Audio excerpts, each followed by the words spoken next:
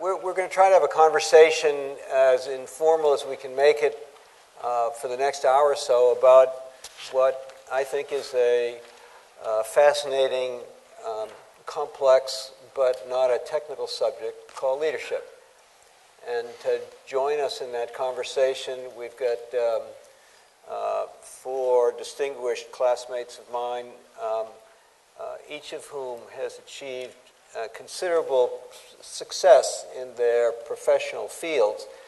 Whether they exercise leadership or not is an open question, but we'll learn something about that. Because one of the things I'd like to do this morning is to distinguish between professional success and leadership. In my work, in my research, in my writing about leadership and teaching about leadership, there's a pattern of conflating leadership with doing your job really, really well. And to me, that misses the essence of what leadership is. Leadership is about mobilizing people to help them face difficult issues. It's about telling people what they need to hear, not what they want to hear.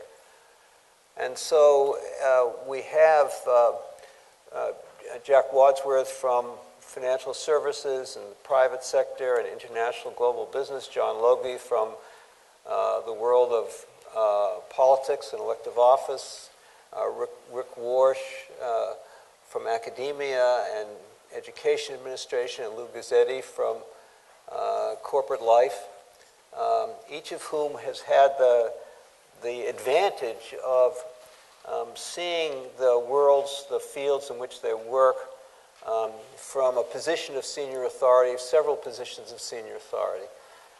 And so I thought it would be useful if we asked them to reflect a little bit on the nature of leadership in the worlds that they work.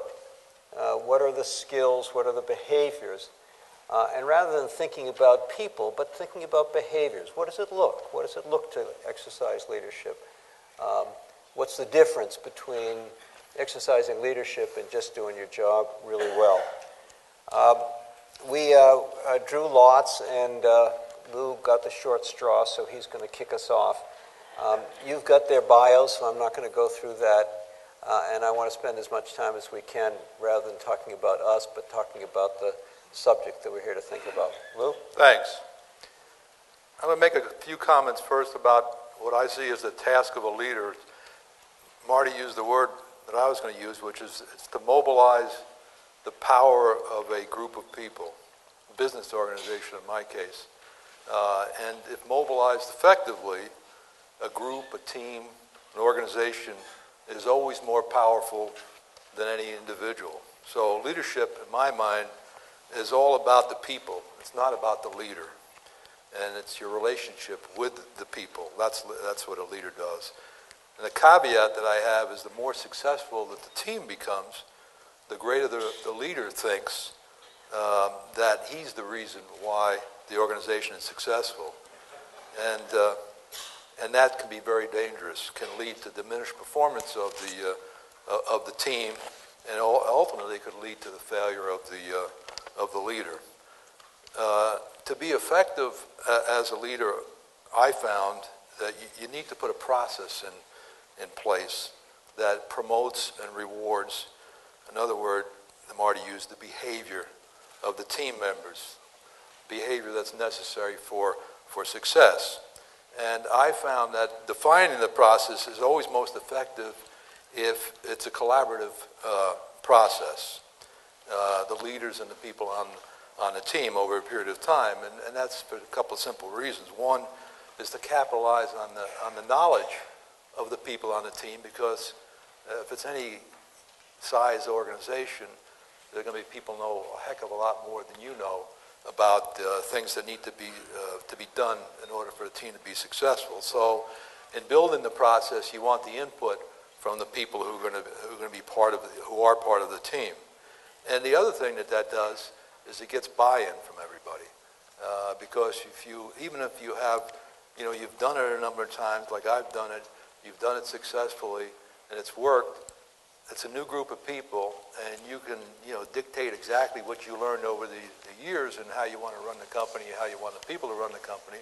And if they're not involved in that decision and putting that process together, you're not necessarily going to have the buy-in you need in order to be successful. So here's a couple of things, that basic elements of the process that the leader needs to make sure is in place.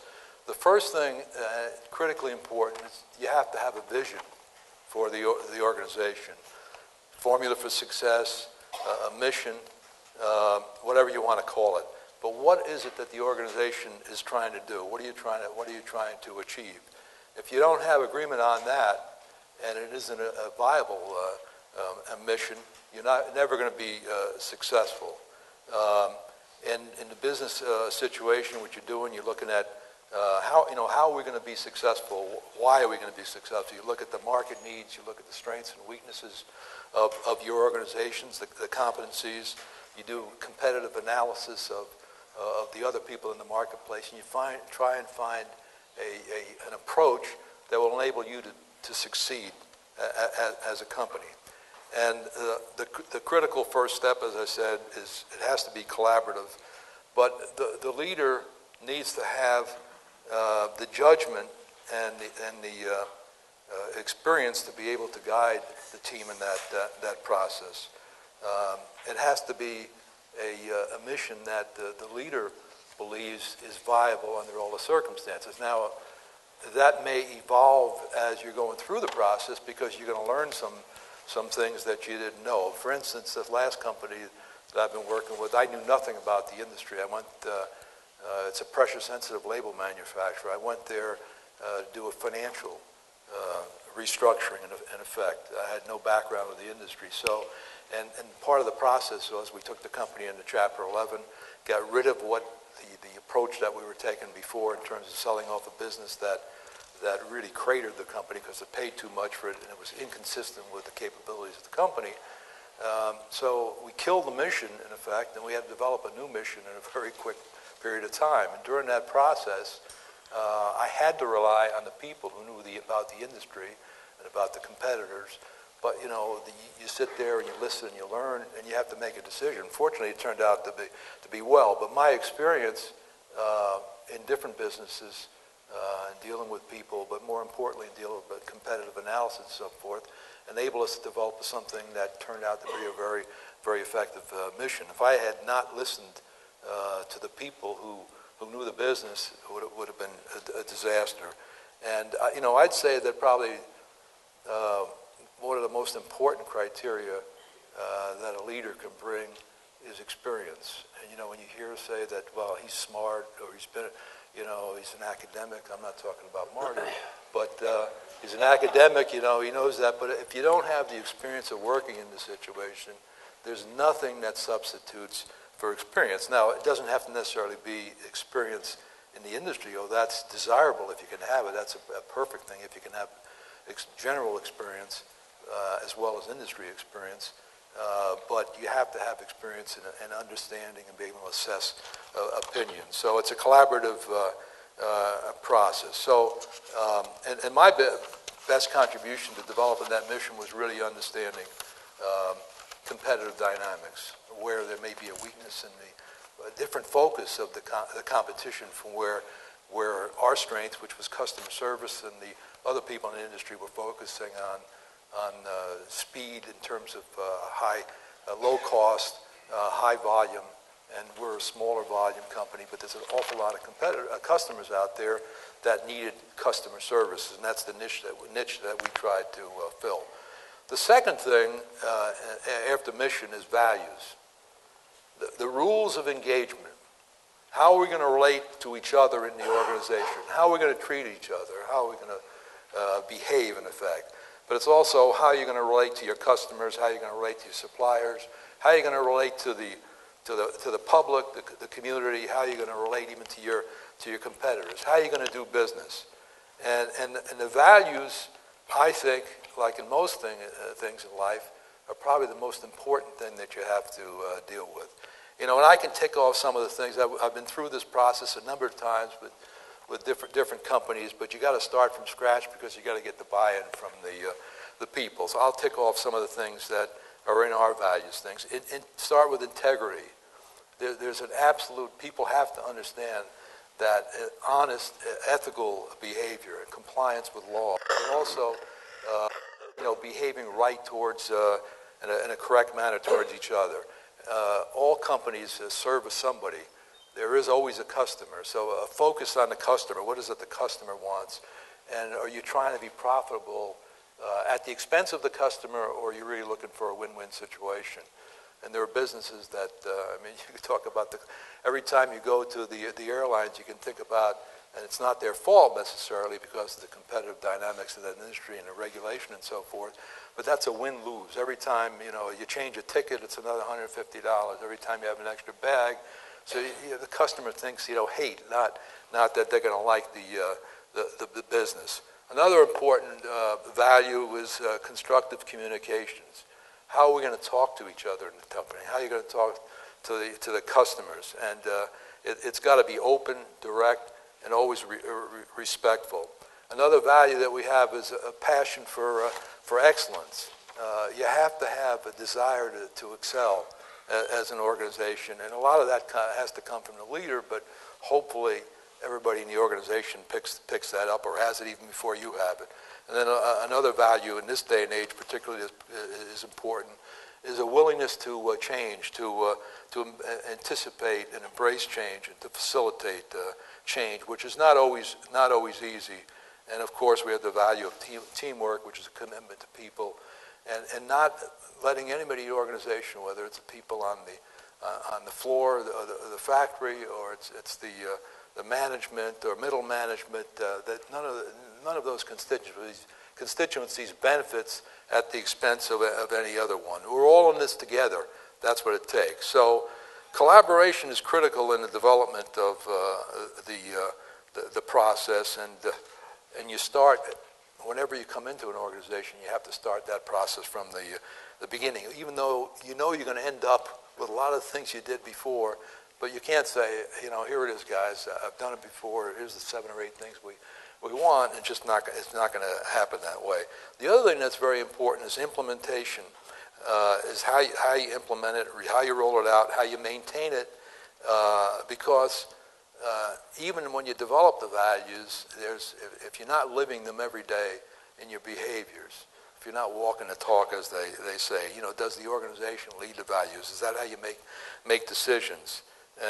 And do the leaders especially, including me, always doing what they should be doing? Because people are watching. People are looking to see how you do. If you have an excuse as to why you can be a little bit different, they're going to say, he doesn't really mean it. That's a lot of talk. So the critical part about the values that leads to what I think is the absolute critical thing that you need to have a successful organization, which is trust. People have to believe that we're in this together and that we're going to get a fair deal and we're going to accomplish things. The last thing I'd mention is what's your management style going to be? There are different choices. 10 years ago, Marty probably knows this book. I read a book, Primal Leadership, Learning to Lead with Emotional Intelligence. A fellow named Daniel Goldman and some associates at Harvard, probably at the business school. And it's not so much that it turned out that what I read in this book was a lot of things that I saw that I had done over a period of time. It made me better. It made me appreciate more what we're talking about here. But I really came to understand it. There's a leadership style they call dissonant leadership, where there's an aggressive leader, confrontational, in your face, manages through fear. And there are some people that are successful with that kind of style, but it's not my style, and it's not the style that the people who put this study together. And there's a lot. The book at the beginning talks about the brain and how how you act, and emotions, how they're so important about it. But the important thing is that they develop what they called the resonant style of leadership, where you're attuned to people's feelings and emotions. You work to move them in a positive direction, and you convey yourself a positive, optimistic attitude. If I have a lot of them, but one fault that I have, I'm very optimistic. I believe that you can get things done, and you got to be careful that you don't overdo it. But it's very important to generate the kind of enthusiasm to have a positive attitude, and people see that and pick it up. The coaching environment, you're providing and seeking feedback from people.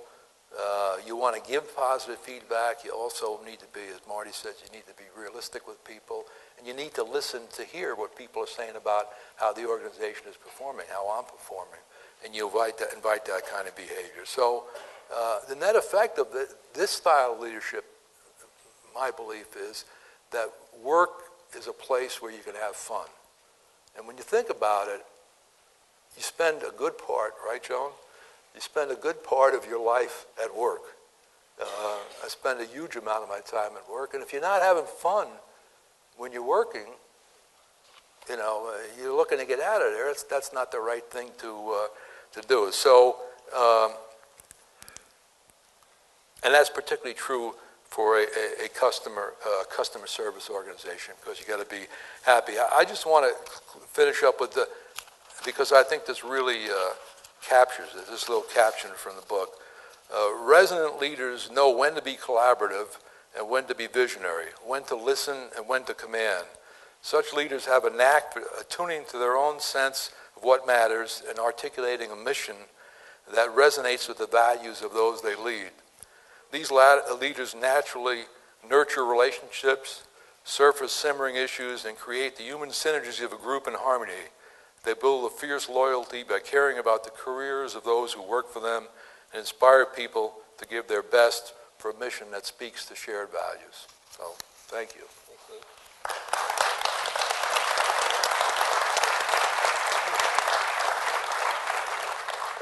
Jack Wadsworth. Okay, Marty, thanks. First of all, it's great to be at this end of the auditorium. I can't believe that Lou and I are here. It reminds me of 54 years ago when we sat down together on the bench in the locker room, first day of freshman football, and I thought, my God, this guy is really big. And I was 40 pounds heavier. And where the hell is Tuckahoe, New York? But he didn't know where Fort Thomas, Kentucky was either.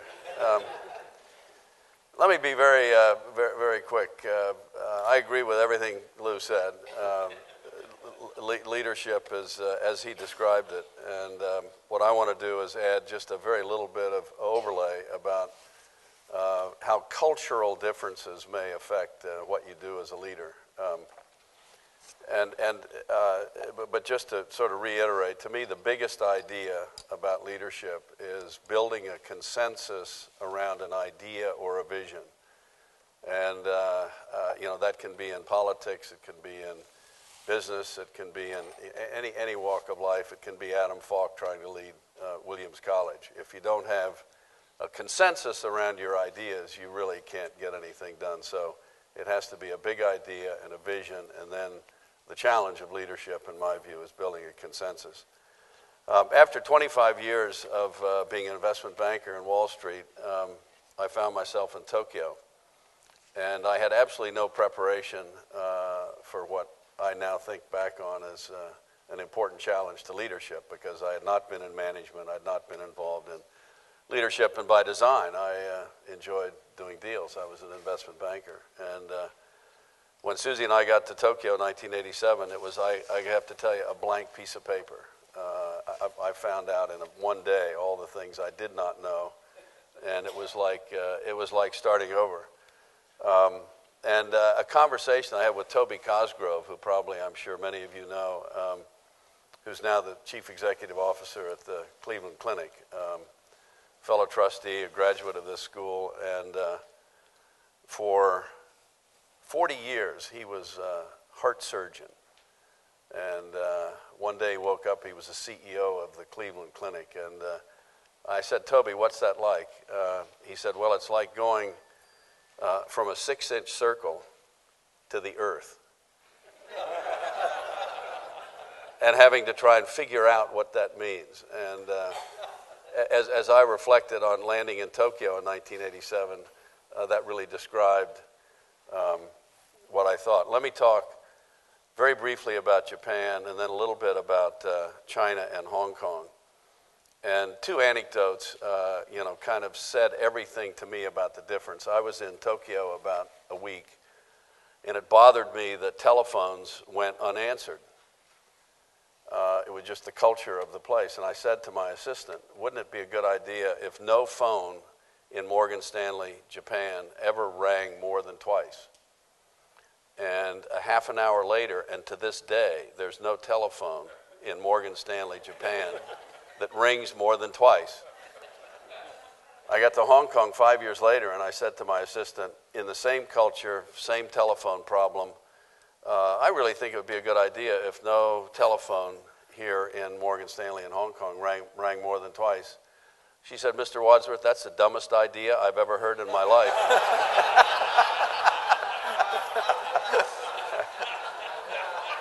That says it all. Two challenges that I think, again, point out the difference in the culture.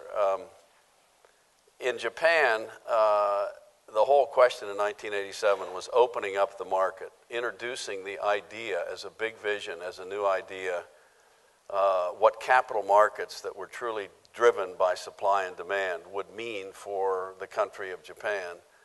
And the agenda for me, of course, is what it would mean for our business.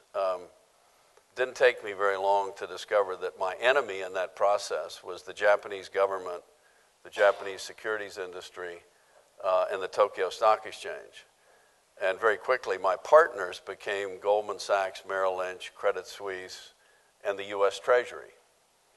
And I spent 5 years working in that relationship to open up the Japanese capital market. And I would say when history is written, it'll say a lot about what happened to Japan during that era and the problems that they got into and are still in terms of their not really being able to cope with the challenge of supply-demand driven markets. They're much more comfortable in a more regulated environment.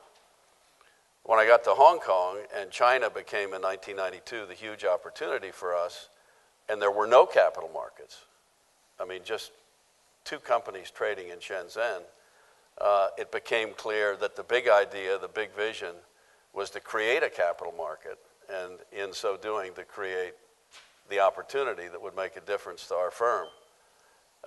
As I began to embark on that process, I discovered very quickly that my partner was the Chinese government, who wanted to create a capital market and who was very interested in developing the underpinnings of a market economy.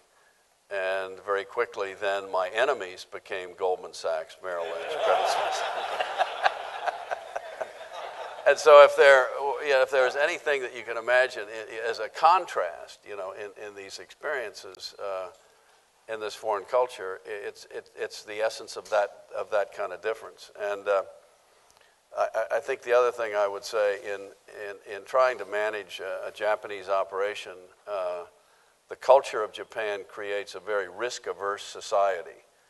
And so one of the great challenges was to impart to the staff that a Western organization like Morgan Stanley is really about risk-taking, creativity, critical thinking, innovative, stuff, all the things that you learn here. It was a very difficult idea to get across. So unlike all of the other foreign firms and local firms, we started collecting contemporary Japanese art. And that enabled me to take young Japanese kids into a room and say, now, you think you've got a risky job. Take a look at this painting. Your fellow countryman started one morning with a blank canvas. And he had no idea what people would think when he was finished.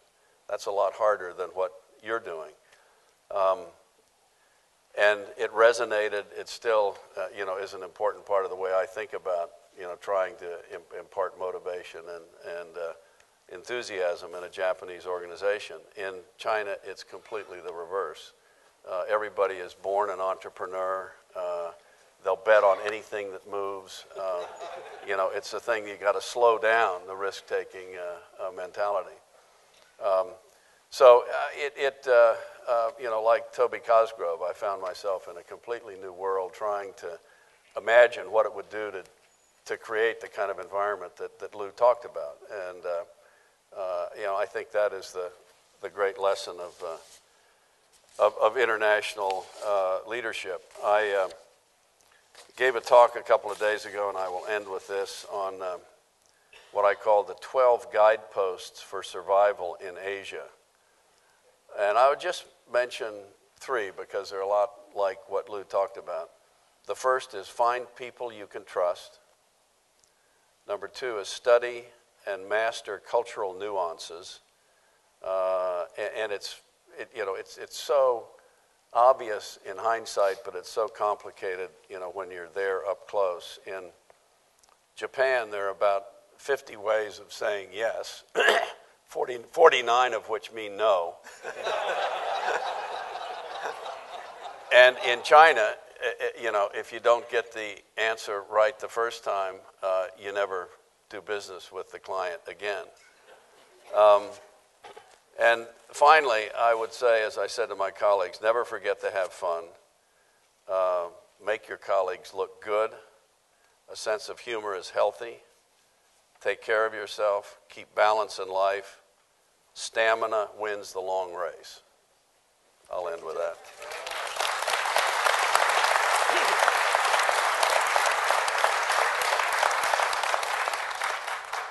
Rick Warch. All right. I came to leadership in higher education out of the faculty. When one moves from a faculty to an administrative position, one's fellow faculty members ask this question: did you lose your values all at once, or did they dribble away over a period of time?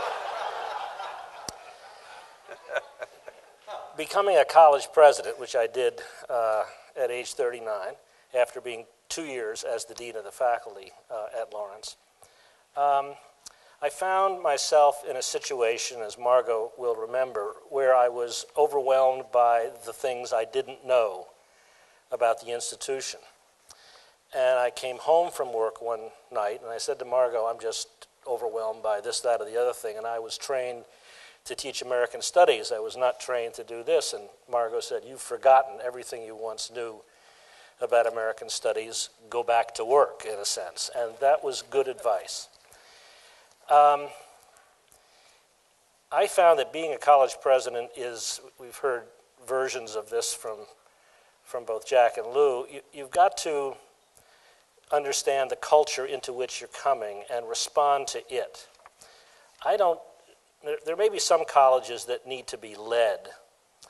I think there are more colleges that need to be enabled to do the things that the people in them, the faculty in particular, want to have happen. So you become someone who is working on behalf of others in a very explicit but not always understood by them way.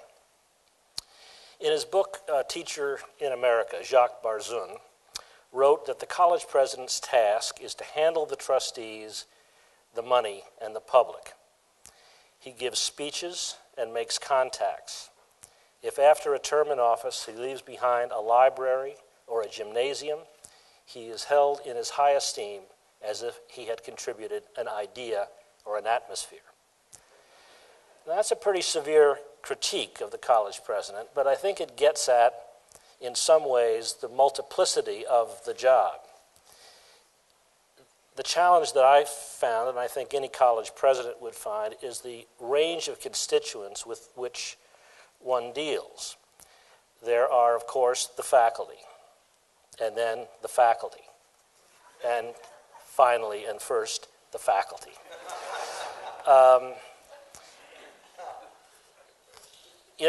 The faculty are the center of the enterprise, and they deserve to be recognized as such. But there are the students, there are the alumni, the trustees, the immediate community in which you live, the higher educational community broadly, the community of selective liberal arts colleges nationally. There are a whole bunch of communities with whom one must interact. And I think being able to tell the institution's story to each of them in ways that make sense to each of them is a challenge for a college leader. A sure way to disaster, in my mind, is to be talking to the trustees about one thing and telling the faculty something else and talking with the parents and the students about yet something else.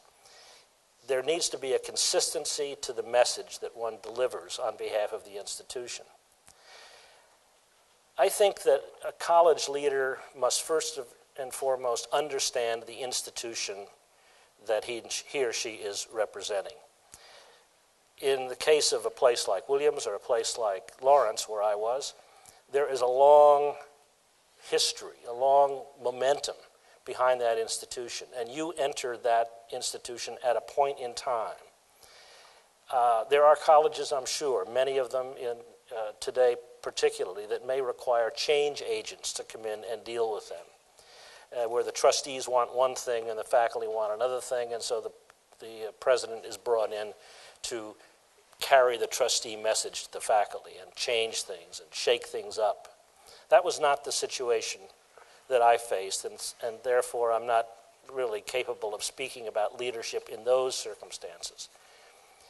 But I think I can speak to leadership when one needs to remind people of the enterprise that they're engaged in. It's very easy at a college or university where you're dealing, again with the faculty, with a lot of very, very bright people, all independent contractors. I had to remind them every month that paycheck comes from one place, but each of them owns a piece of the whole. I know who owns philosophy, I know who owns physics, I know who owns French. The question is, who owns liberal education at this institution?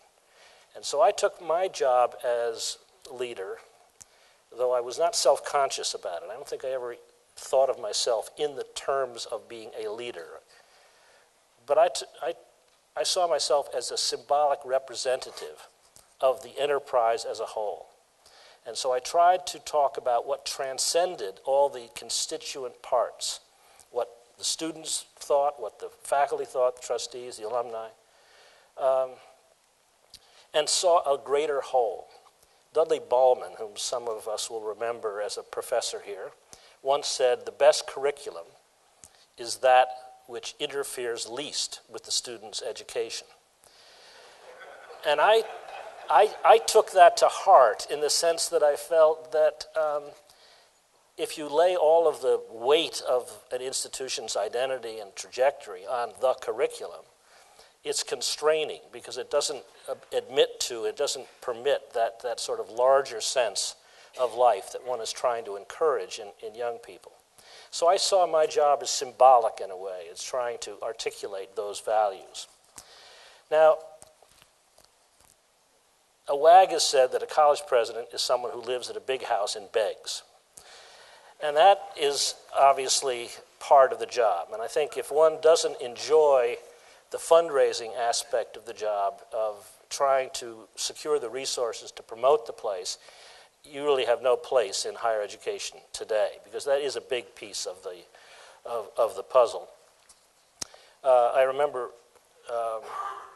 about midway through my years at Lawrence, I tried to interact with students as much as I could. I was invited by 4 freshman women to come and have lunch with them in the Commons, and so I went and we chatted about what they were up to and what I was up to, and it was all very pleasant. And at the end I said, what are your plans for the next few days? And they told me what their plans for the next few days were. And one of them said, well, what are your plans for the next few days? And I said, well, in the next few days, the alumni board will be here, and surprisingly, at the same time, the trustees will be here, and I'll be spending time with those groups. And one little freshman from Minnesota turned to me and she said, schmoozing.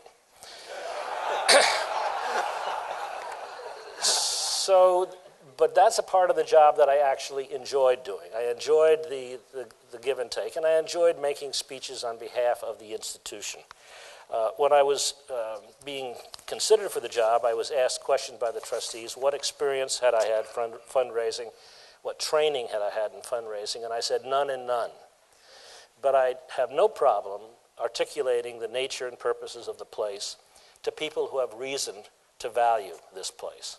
And so that's what I tried to do throughout my time there.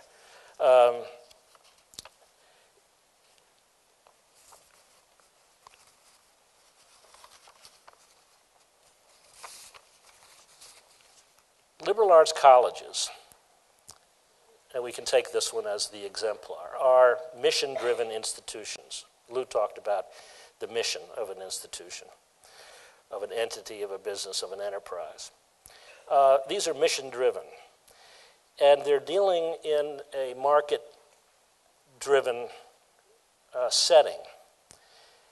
And to me, I think Williams is less likely to fall into this trap than others, but further down the food chain, and I was at an institution that was further down the food chain, one needs to remind the stakeholders of the higher purposes and values of the institution, and therefore often tell people things about what we are about that may not be why they thought they came.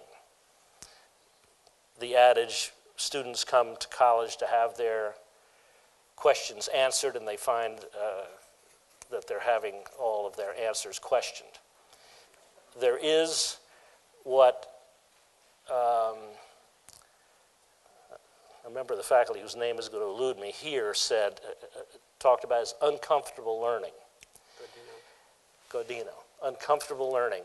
And I think that is an important ingredient of what a college president needs to promote at an institution. And so I found myself doing a great bit of that. The students as consumer, Lou's talking about what is the market like, what does the consumer want, listen to your consumer. My concern had been too much listening to the consumer will ultimately denigrate the institution, because the consumer very often wants something that the institution doesn't think it's giving or selling or providing. So articulating the values and the mission of the institution to people on a pretty regular basis is key to, I think, leadership. You're expressing values that they may not think they want, but you believe they ought to value themselves. Now, this is a funny business, higher education. What is the bottom line? For Jack, it was breaking into China and Japan. For Lou, it was turning around companies that needed assistance in the market. What is the measure of a success for a higher educational institution? They're nonprofits. Very often you say nonprofits, we wish we weren't nonprofits, but we're nonprofits. And our product is our students. Who's our customer? Is our customer the person who's going to hire our graduate or admit him to professional or graduate school, or is the customer the student, him or herself, or the parents? Who is the customer? What is the bottom line? Very hard to measure those things, to get your hand on those things. And so I think you need to have faith and force behind what the college is there to do in developing the individual's capacities and enabling that individual to go forth in a variety of ways. I said it's a funny business. The reputation of an institution depends on the number of people to whom it refuses to sell its product. So last year, Williams accepted 20% of the students who applied. Last year, Harvard accepted 6% of the students who applied. So in Williams' case, 80% of the applicants who would have gladly paid money to come here and get a Williams education were told, no, we're not selling you a Williams education. We're selling these guys and women a Williams education. So the fewer students you serve out of the pool of those you might serve, the better you're thought to be. If you think of it, it doesn't make a lot of sense, but that's the way higher education, at least in the circle in which Williams travels, operates. Now, partway through my time at Lawrence, the trustees added the term CEO to my title. So I was president and CEO of Lawrence. Now, if they thought, the trustees, that, first of all, it made no don't to my compensation. I'm not going to make that perfectly clear. The second is, if the trustees thought this was going to make a hoot of difference to the faculty, they were sorely mistaken. The faculty could not have cared less that I suddenly had the term CEO behind my name. One reports to the trustees. The trustees ultimately are the ones that hire and fire you. Fred Caston, our classmate, was one of those at Lawrence for a number of years while I was there. But it's these other constituencies with whom one deals on a regular and ongoing basis that really make the difference. The sense of humor part, I think Jack mentioned, is critical. If you can't laugh at these jobs, they will drive you nuts. But it's sometimes people say, gee, a college president has such a difficult job. And I would remind them, it's not indentured servitude. You don't have to do it. If you don't like it, get out. And for 25 years, I loved it. So I was happy to have those opportunities.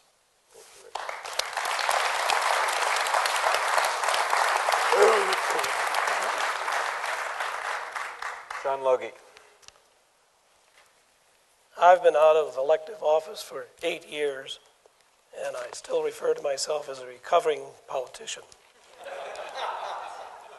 And I've also suffering this morning from laryngitis, and for a politician to have laryngitis is like a conductor losing his baton. Nobody knows how to follow him, including him. I bring 3 threads into my experience on leadership. One is watching and helping a law firm in West Michigan from 20 lawyers to 220 in 6 cities. One is 5 years in the combat Navy. And the one I was asked to talk about today was the 12 years as an elected official. And there is a difference between elected positions, leadership positions, and those in either of the other 2 structures, principally because the people that you have to work with are all themselves elected officials, each of whom has his or her own constituencies, his own principles that may or may not mesh with yours. And so, and when Rick and I were talking, the 4 of us had a chance to get together thanks to the fancy electronics here at Williams and talk to each other. You used the phrase collaborative in your business. And it isn't that Lou didn't intimate that and that Jack didn't. But it is in the area of being a political leader, you've got to work with people who, some of them downright don't like you and are happy to show you that they don't like you. I've distilled 4 traits that I think fit private or public or academic in various ways, and they mean different things. So let me just read them out to you quickly. Clarity, the ability to see the underlying truth of a matter in order to make the best decision. Credibility, the levels of trust people have in you as a leader. Creativity, the ability to adapt to change by transforming today's problems into tomorrow's solutions. You know, Benjamin Disraeli, the 19th century British Prime Minister, had a wonderful way of encapsulating that. He said, people prefer a familiar problem to an unfamiliar solution. And that's true in all of these. And lastly, courage, the ability to do the right thing regardless of the consequences. I got a letter after I won my first primary in 1991 from Harvard saying, congratulations, I won it by 111 votes over another guy. There were 5 of us in the race.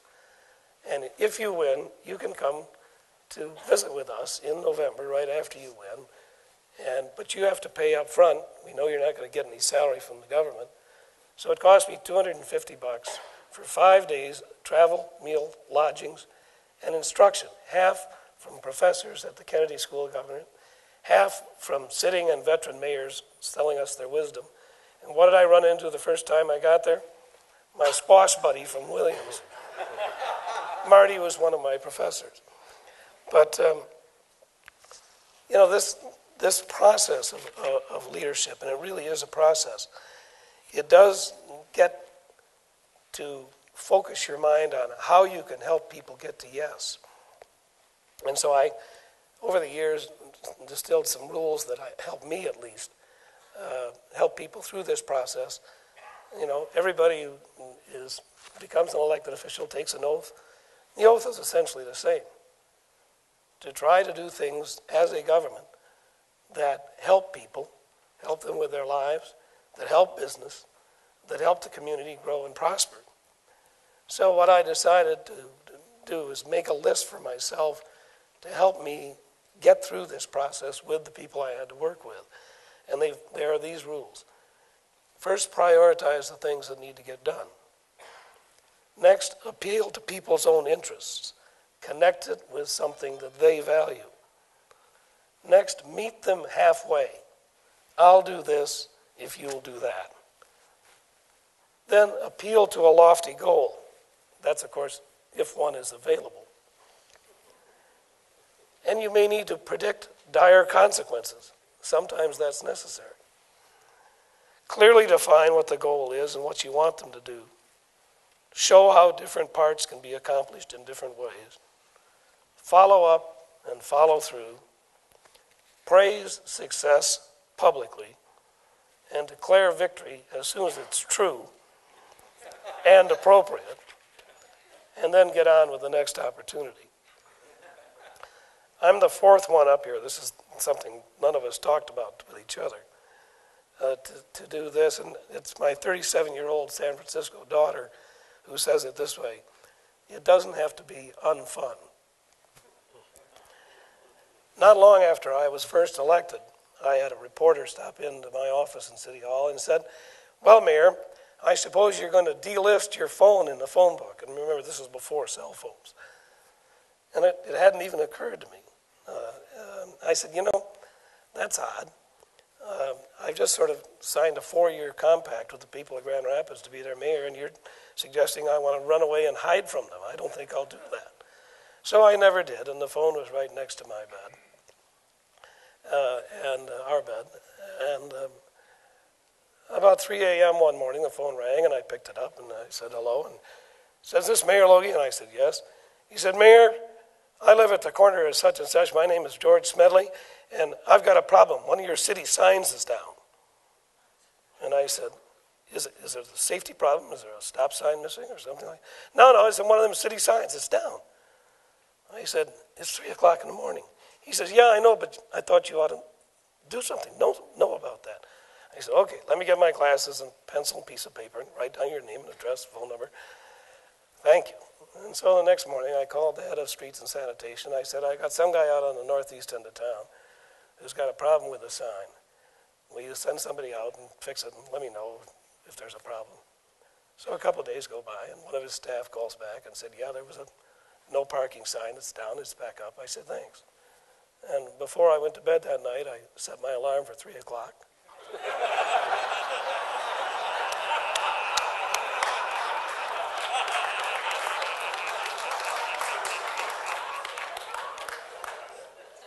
And I called up George. He said, "Hello?" I said, "George, it's Mayor Logie." "Yeah, hi, Mayor, what's up?" I said, "Your sign's up, George. I wanted you to know that." He said, "Yeah, thanks, Mayor. Good night."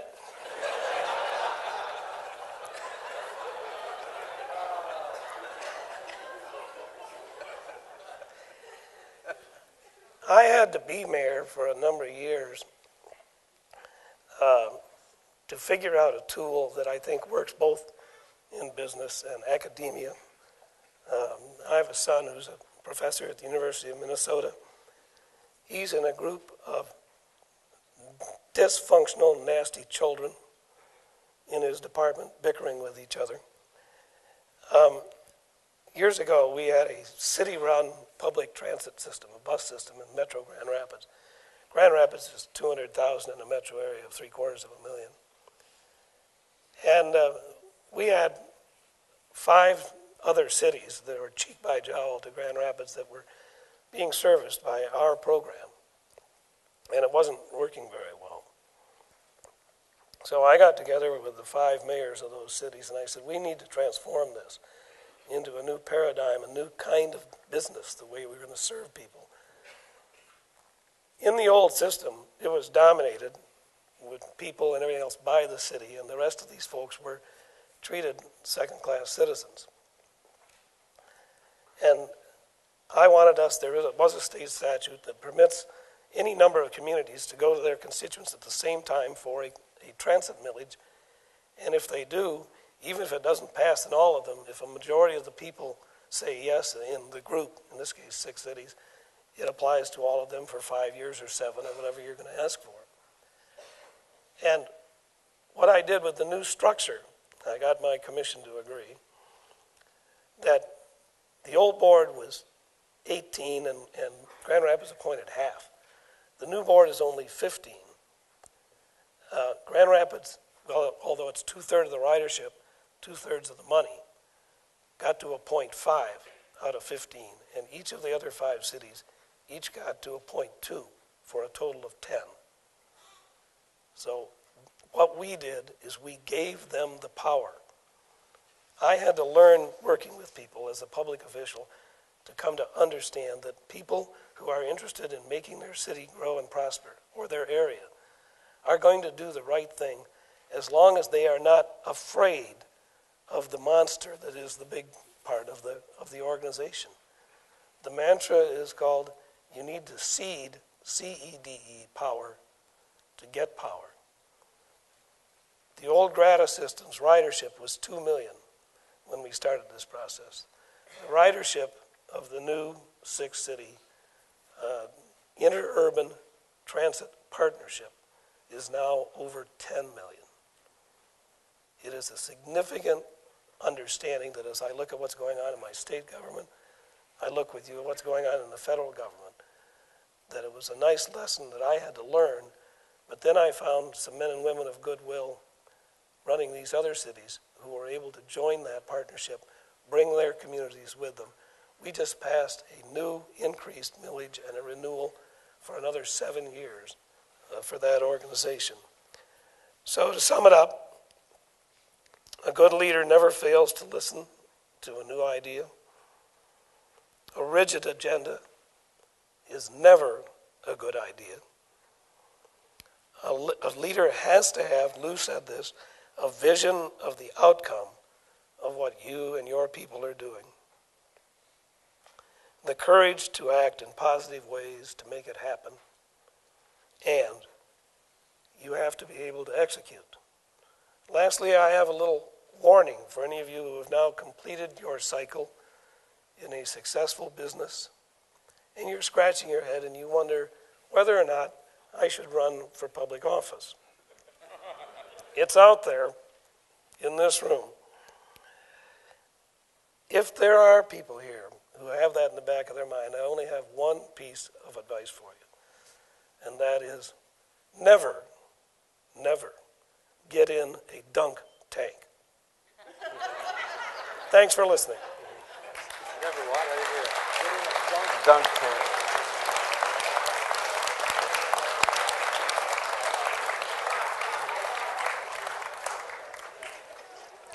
John, I thought you were going to say, never send naked photos of yourself out on Twitter.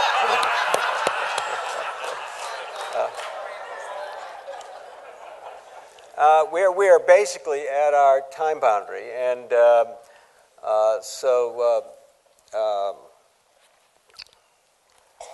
were 3 themes that I heard that I just wanted to tease out, and I wanted to see if we could close this conversation after I shared the 3 themes by asking our panelists who among the four of them have had an extraordinary amount of professional success.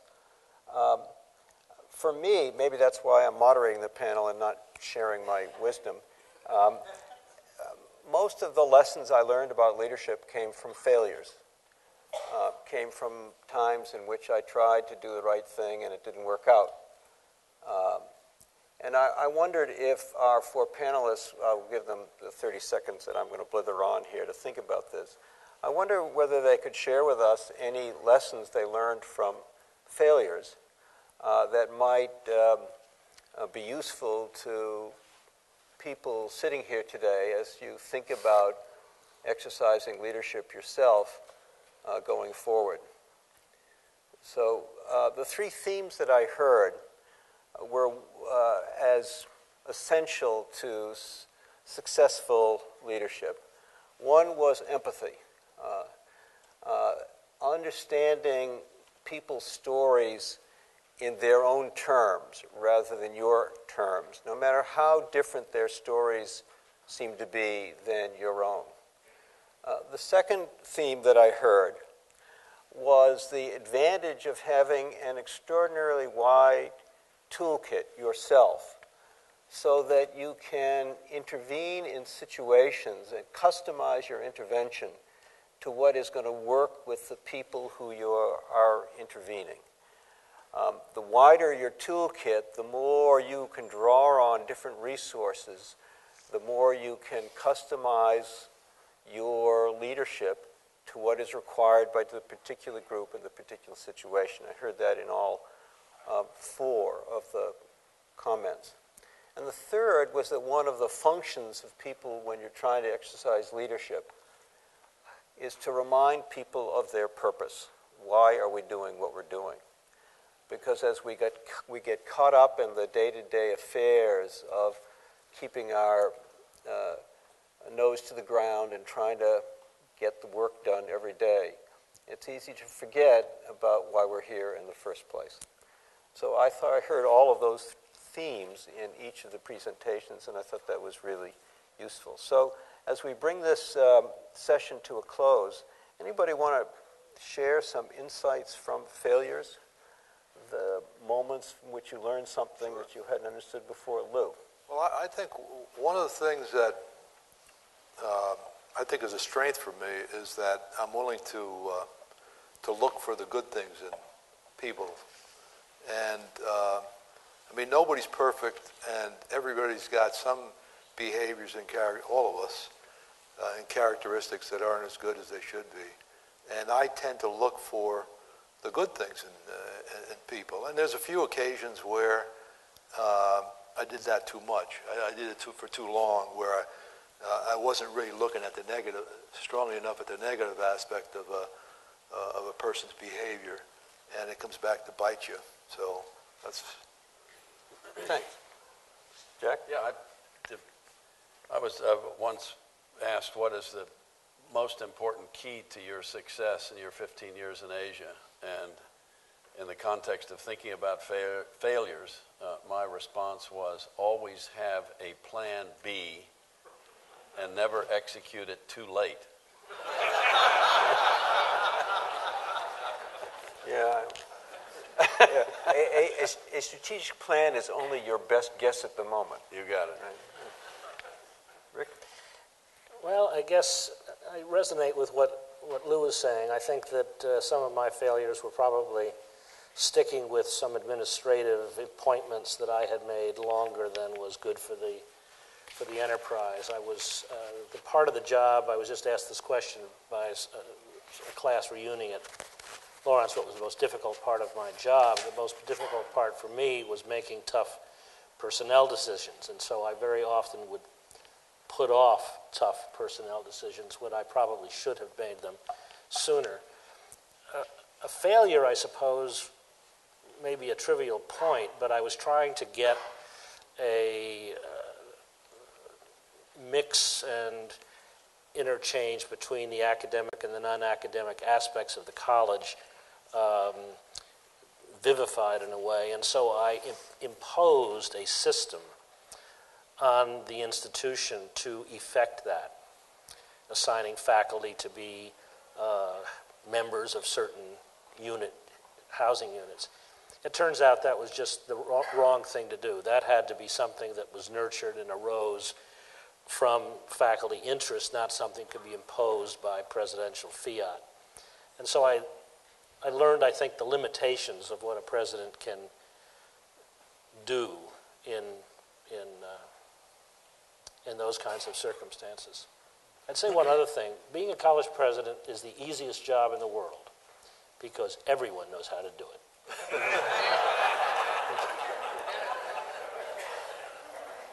I think one of the problems of getting to the quote-unquote top dog position is it becomes more difficult to show your own weaknesses.